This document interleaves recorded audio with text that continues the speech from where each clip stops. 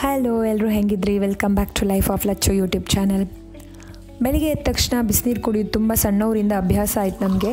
So first ಬಿಸಿನೀರು, ಅದಾದಮೇಲೆ ರಾತ್ರಿ ನೆನೆಸಿಟ್ಟಿರೋ ಬಾದಾಮಿ ಮತ್ತು ಒಣ ದ್ರಾಕ್ಷಿ, ಅದಾಗಿ ಸ್ವಲ್ಪ ಹೊತ್ತು ಬಿಟ್ಟು ಜೀರಿಗೆ ನೀರು, ಅಂದರೆ ಜೀರಿಗೆ, ಕೊತ್ತಂಬರಿ, ಮೆಂತ್ಯ ಎಲ್ಲ ಹಾಕಿರೋ ಒಂದು ಡ್ರಿಂಕ್. ಅಲ್ಲಿಂದ ನಮ್ಮ ದಿನ ಸ್ಟಾರ್ಟ್ ಆಗ್ತಾ. ನಮ್ಮ ಮನೆ ಹತ್ರ ತುಂಬ ತುಳಸಿ ಗಿಡ ಕಾಣ್ಲಕ್ಕೆ ನೀವು, ಇದೆಲ್ಲದು ನನ್ನ ದೊಡ್ಡಮ್ಮ ನಟ್ಟಿರೋದು. ಮನೆಯಲ್ಲಿ ತುಳಸಿ ಇದ್ದರೆ ಒಳ್ಳೆಯದಂತೆ. ತುಳಸಿ ಗುಡ್ ಎನರ್ಜಿನ ಅಟ್ರ್ಯಾಕ್ಟ್ ಮಾಡತ್ತಂತೆ, ನೆಗೆಟಿವ್ ವೈಬ್ರೇಷನ್ನ ರಿಮೂವ್ ಮಾಡತ್ತಂತೆ. ತುಳಸಿನ ಲಕ್ಷ್ಮಿ ಅಂತ ವರ್ಷಿಪ್ ಮಾಡಿದ್ರು.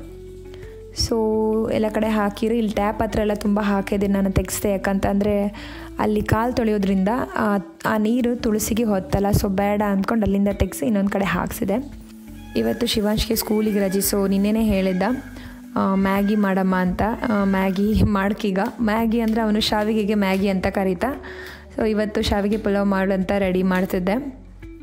ಡೈಲಿ ಬ್ರೇಕ್ಫಾಸ್ಟಿಗೆ ಒಂದು ಟೆನ್ಷನ್ ಅಲ್ಲ, ಎಂತ ಮಾಡೋದು, ಎಂಥ ತಿಂಡಿ ಮಾಡೋದು ಅಂತ ಯೋಚನೆ. ಹಿಂದಿನ ದಿನ ರೆಡಿ ಮಾಡ್ಕೊಂಡ್ರೆ ಓಕೆ, ಆ ಸಮಸ್ಯೆ ಇಲ್ಲ. ಲೈಕ್ ದೋಸೆ, ಇಡ್ಲಿ ಬ್ಯಾಟರ್ ಅದೆಲ್ಲ ರೆಡಿ ಇದ್ದರೆ ಹೊತ್ತು ಹೆಂಗೋ. ಬಟ್ ಪಾತ್ರೆ ತೊಳೆಯೋದು ದೊಡ್ಡ ಕೆಲಸ. ಈ ಪುಲಾವೆಲ್ಲ ತುಂಬ ಟೈಮ್ ಬೇಕು. ಅದು ಬೆಳಿಗ್ಗೆ ಎದ್ದೇ ತರಕಾರಿ ಎಲ್ಲ ಕಟ್ ಮಾಡಿ ರೆಡಿ ಮಾಡ್ಕೊಂಡು ಮಾಡೋದಂದರೆ ತುಂಬ ಸಮಸ್ಯೆ. ಎಲ್ಲ ರೆಡಿ ಮಾಡಿದ್ಮೇಲೆ ನೆನಪಾಯಿತು ಶಾವಿಗೆ ಸ್ವಲ್ಪನೇ ಇಪ್ಪದು ಅಂದ್ಕೊಂಡು. ಮನೆ ಹತ್ರ ಒಂದು ಶಾಪ್ ಇತ್ತಲ್ಲಿ ಶಾವಿಗೆ ಸಿಕ್ಕುತ್ತೆ. ಅದೇ ಧೈರ್ಯದ ಮೇಲೆ ಹಿಂದಿನ ದಿವಸ ರೆಡಿ ಮಾಡಿ ಇಟ್ಕೊಳ್ಳಲಿಲ್ಲ ನಾನು. ಇತ್ತಾ ಇಲ್ಲಿ ಅಂತ ಯೋಚನೆನೂ ಮಾಡಲಿಲ್ಲ, ಸಿಗುತ್ತಲ್ಲ ಅಂತ ಸುಮ್ಮನಾದೆ. ಸೊ ಇದೊಂದು ಹತ್ರದಲ್ಲಿ ಶಾಪ್ ಇರ್ಬೇಕು, ನಮಗೆ ಸ್ವಲ್ಪ ಏನಾದರೂ ಎಮರ್ಜೆನ್ಸಿಗೆ ಏನೋ ತಗೋಬೋದಾದರೆ ಹೆಲ್ಪ್ ಆಯ್ತು. ಮತ್ತೆಂತ ಅಂದರೆ ಕೆಲಸನ ನಾವು ಒಂದೇ ಲೆಕ್ಕದಲ್ಲಿ ಮಾಡ್ತೇ ಹೋಗ್ಲಕ್ಕೆ, ಕಷ್ಟ ಆದ್ರೂ ಕೆಲಸ ಮಾಡ್ಲಕ್ಕೆ. ಬಟ್ ಈ ಮಧ್ಯೆ ಮಕ್ಕಳೇನಾದರೂ ಹೇಳೋದು, ಹಠ ಮಾಡೋದೆಲ್ಲ ಮಾಡಿದ್ರೆ ಕೆಲಸ ಮುಂದೆ ಹೋಗ್ತಿಲ್ಲ. ನನಗೂ ಹಂಗೆ. ಈಗ ನಾನು ಎದ್ದ ತಕ್ಷಣ ಅವರಿಬ್ಬರು ಎತ್ಕೊಂಡ್ರೆ, ಸೊ ನನ್ನ ಕೆಲಸನೇ ಆಗ್ತಾಯಿಲ್ಲ. ಇವತ್ತು ರಜೆ, ಅಟ್ಲೀಸ್ಟ್ ಸ್ವಲ್ಪ ಹೊತ್ತು ಮಲ್ಕೊಂಡ್ಲಿ ಅವರು ಅಂತ ನಾನು ಕೆಲಸ ಮಾಡೋಕ್ಕೆ ಬಂದರೆ ನನ್ನ ಜೊತೆನೇ ಎದ್ದಿರು. ಸೊ ಅಲ್ಲಿ ನಮ್ಮ ಕೆಲಸನೂ ಆಗ್ತಿಲ್ಲ, ಅವರಿಗೆ ನಾವು ರೆಡಿ ಮಾಡೋಕ್ಕೂ ಆಗ್ತಿಲ್ಲ, ಎಲ್ಲ ಅರ್ಧಂಬರ್ಧ. ಸೊ ಈಗ ತಿಂಡಿ ಆಯ್ತು, ತಿಂಡಿ ತಿಂಬತ್ತಿ 9 ಗಂಟೆ ಹತ್ರ 9 ಗಂಟೆ ಆಯ್ತು. ಈಗ ತಿಂಡಿ ತಿನ್ಕೊಂಡು ಒಂದು ಕಡೆ ಹಬ್ಬಕ್ಕಿತ್ತು. ನನ್ನ ತಮ್ಮನೇಲಿ ಕಂಡಿರಲ್ಲ ನೀವು, ತಮ್ಮನೇಲಿ ಪಿಕ್ಚರ್ಸ್ ಕಂಡೆ ನಿಮ್ಗೆ ಗೊತ್ತಾಗಿರುತ್ತೆ ನಾನು ಎಲ್ಲಿಗೆ ಹೋಗಿರ್ತೆ. ಸಾರಿ, ನನ್ನ ತಮ್ಮನೇಲಿ 4 ಫೋಟೋದಲ್ಲೂ ಸಾರಿ ತೋರಿಸ್ತಿದೆ. ಸೊ ನಿಮ್ಗೆ ಗೊತ್ತಿರತ್ತೇನೋ, ಸಾರಿ ರಿಲೇಟೆಡ್ ವೀಡಿಯೋ ಇದೆ. ಅಂದರೆ ಸಾರಿ ಹೋಗ್ತಿದ್ರು ಏನೋ ಅಂದ್ಕೊಂಡು ನಿಮಗೆ ಒಂದು ಐಡಿಯಾ ಬಂದಿರುತ್ತೆ. ಈಗ ನಾವೀಗ ಸಾರಿ ಹೋಯ್ಕೀಗ ಒಂದು ಕಡೆ, ಅಂದರೆ ಹೋಲ್ಸೇಲ್ ರೇಟಲ್ಲಿ ಸಾರಿ ಕೊಡ್ತಾರಂತೆ. ಬ್ರಹ್ಮಾವರದಲ್ಲಿ ಫಸ್ಟ್ ಟೈಮು ಒಂದು ಸಾರಿ ಮೇಳ ಆತಿತ್ತು, ಎಕ್ಸಿಬಿಷನ್, ಪ್ಲಸ್ ಹೋಲ್ಸೇಲ್ ರೇಟಲ್ಲಿ ಸಾರಿ ಕೊಡ್ತಾರೆ ಅಂತ ಹೇಳ್ತಾಯಿದ್ರು. ಶಾಪಿಂಗ್ ಅಂದರೆ ನನಗಂತೂ ಸಿಕ್ಕಾಪಟ್ಟೆ ಇಷ್ಟ. ಸೊ ಕಾಂಬ ಈಗ ಒಂದು ಸಾರಿ ಮೇಳ ಕೊಟ್ಟಿತ್ತು ಬ್ರಹ್ಮಾವರದಲ್ಲಿ, ವಿಜಯಲಕ್ಷ್ಮಿ ಸಾರಿ ಅಂತ ಹೋಲ್ಸೇಲ್ ರೇಟಲ್ಲಿ ಸಾರಿ ಕೊಡ್ತಿದ್ದಂತೆ. ಸೊ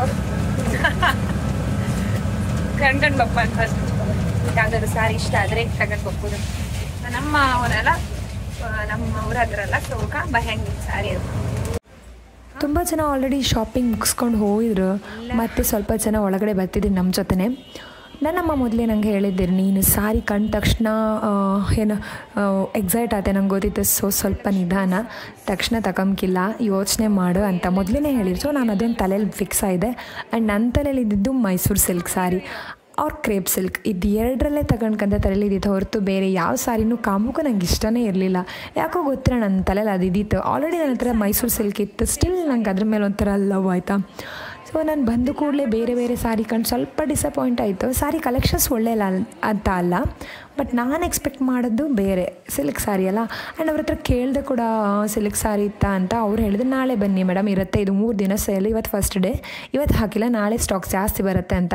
ಒಂದಿನ ಬರೋದೇ ಕಷ್ಟ, ಇನ್ನೊಂದು ದಿನ ಯಾರು ಬರ್ತಾರಲ್ಲ. ಸೊ ಓಕೆ, ನಾನು ಕಾಣ್ತಾ ಇದ್ದೆ ಸಾರಿ, ಕೆಲವೊಂದೆಲ್ಲ ಇಷ್ಟ ಆಯಿತು. ಬಟ್ ಅದೆಲ್ಲನೂ 8 to 10K ರೇಂಜಲ್ಲೇ. ನಾವೆಂತ ಅಂದ್ಕೊಂಡು ಹೋದಂತ ಅಂದರೆ ಕಡಿಮೆ ರೇಂಜಲ್ಲಿ silk sari. Obviously Mysore silk ಅಂದರೆ ಜಾಸ್ತಿನೇ ಇರುತ್ತೆ. ಬಟ್ ಅದನ್ನು ಬಿಟ್ಟು ಕ್ರೇಪ್ ಸಿಲ್ಕ್ ಅಂದರೆ ಒಂದು 2K ಒಳಗಡೆನೂ ಸಿಗುತ್ತೆ. ಸೊ ನಾನು ಇದರಲ್ಲೂ ಹೋಗಿದ್ದೆ, ಒಂದೇ ಮೈಸೂರು ಸಿಲ್ಕ್ ಇಲ್ಲಾಂದರೆ ಕ್ರೇಪ್ ಸಿಲ್ಕಲ್ಲಿ ಇದೇ ರೇಂಜಲ್ಲಿ ತೊಗೊಂಡ್ಕಂತ ಹೋಗಿದೆ. ಬಟ್ ಅಲ್ಲಿ ಮೈಸೂರು ಸಿಲ್ಕ್ ಇರಲಿಲ್ಲ, ಕ್ರೇಪ್ ಸಿಲ್ಕ್ ಇರಲಿಲ್ಲ.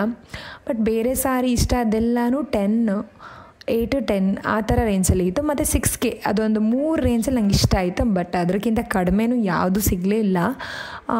ಸೊ ಆ ರೇಂಜಲ್ಲಿ ಬೇರೆ ಸಾರಿ ನನ್ನ ಯೋಚನೆನೂ ಇರಲಿಲ್ಲ ನಾನು ತಗೊಂಡ್ಕಂತ. ಸೊ ಆ ಥರ ಇವತ್ತು ನಾನು ಯಾವುದೋ ಒಂದು ಸಾರಿ ತಗೊಂಡ್ಬೋದು, ನನಗೂ ಇಷ್ಟ ಇರಲಿಲ್ಲ. ನಂಗೆ ಮನಸ್ಸು ಫುಲ್ ನಂಗೆ ಆ ಸಾರಿ ಇಷ್ಟ ಆಯ್ತು. ಇಲ್ಲಾಂದರೆ ನಾನು ತಗೊಂಡು ಬಂದು ನನಗೆ ಅದು ಉಟ್ಕೊಂಡ್ರು ಏನೋ ಅಸಮಾಧಾನ ಅಲ್ಲ, ಅದು ಅಷ್ಟು ದುಡ್ಡು ಕೊಟ್ಟು.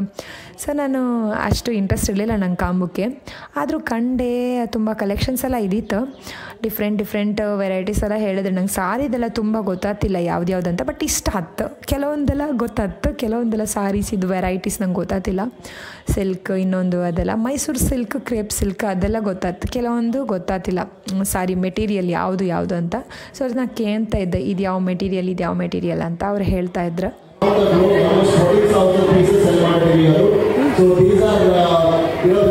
ಸಾರಿ ಯಾವುದು ಮಿಕ್ಸಿಂಗ್ ಇಲ್ಲ, ಎಲ್ಲ ಪ್ಯೂರ್ ಅಂತೆ. ಸೊ ಅದಕ್ಕೆ ರೇಟು ಕೂಡ ಜಾಸ್ತಿ ಇರ್ಬೋದು. ಬಟ್ ನಾವೆಂತ ಅನ್ಕೊಂತು ಹೋಲ್ಸೇಲ್ ಅಂತ ಅಂದರೆ ಅದು ಫ್ಯಾಕ್ಟ್ರಿ ರೇಟಲ್ಲಿ ಕೊಡ್ತಾರಂತೆ, ತುಂಬ ಕಡಿಮೆ ಅಂತ. ಆ ತಲೆಯಲ್ಲಿ ಬಂದದ್ರಿಂದ ಇಲ್ಲಿ ನಮಗೆ ಎಕ್ಸ್ಪೆನ್ಸಿವ್ ಅಂತ ಅನಿಸಿರ್ಬೋದೇನೋ.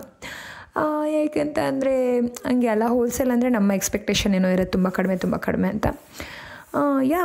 ಅಮ್ಮ ಕೂಡ ಹೇಳ್ತಾಯಿದ್ರು ಮೆಟೀರಿಯಲ್ ತುಂಬ ಚೆಂದ ಇತ್ತು, ಮೆಟೀರಿಯಲ್ ಎಂಥ ಮಾತಿಲ್ಲ. ಈಗ ನೀವು ಕಾಣ್ತಿದ್ರಲ್ಲ ಈ ಸಾರಿ ತುಂಬ ಚೆಂದ ಇತ್ತು. ನಮ್ಮನ್ನ ದಾರಿ ಸಾರಿ ಕೂಡ ಇದೇ ಕಲರ್, ಇದನ್ನು ತಗೊಂಬ ಅಂತ ಅನ್ಕಂತ. ಇದು 6 to 7K ಅಲ್ಲಿ ಇದ್ದಿತ್ತ. ಆ್ಯಂಡ್ ಈಗ ಹೊಸ ಟ್ರೆಂಡಲ್ಲೆಲ್ಲ ಟ್ರೆಂಡಿಂಗ್ ಇರುತ್ತಲ್ಲ, ಆ ಸಾರಿನೇ ತಗೊಂಡ್ಲಕ್ಕಲ್ಲ, ಸುಮ್ಮನೆ ಕಲರ್ ಇಷ್ಟ ಆಯ್ತಂತ ಗಡಿಬಿಡಿ ಮಾಡ್ಕೊಂಡು ಯಾಕೆ ತಗೊಂಡು ಅಂತಲೂ ಅನಿಸ್ತು. ಆ್ಯಂಡ್ ನಾವು ಪ್ರತಿ ಸಲ ಈಗ ಮಕ್ಕಳು ಚಿಕ್ಕವರಾಗಿರೋದ್ರಿಂದ ಎಲ್ಲಿ ಹೊರಗಡೆ ಹೋದ್ರು ಗಡಿಬಿಡಿಯಲ್ಲೇ ಬಟ್. ಸೊ 1 hour ಅನಿಸುತ್ತೆ, 1 ಗಂಟೆ ಹತ್ತಿರ ಅಲ್ಲಿ ಇದ್ದಿರ್ಬೋದು. ಆದರೂ ನಮಗೆ ಟೈಮ್ ಸಾಕಾಗಿಲ್ಲ. ಈ ಸಾರಿ ಶಾಪಿಂಗ್ ಅಂತ ಅಂದರೆ ತುಂಬಾ ಟೈಮ್ ಬೇಕಾಯ್ತು. 1 hour ಅಂದರೆ ನಾವು ಆಚೆ ಇದು ಮಾಡೋತ್ತಿಗೆ ಟೈಮ್ ಆಗ್ತಲ್ಲ. ಸಾರಿನ ಗಮನ ಇಟ್ಟು ಕಾಂಬಕ್ಕೆ ನಮ್ಗೆ ಕರೆಕ್ಟ್ ಸಿಕ್ಕಿದಂದರೆ ಅರ್ಧ ಗಂಟೆ ಅಷ್ಟೇ.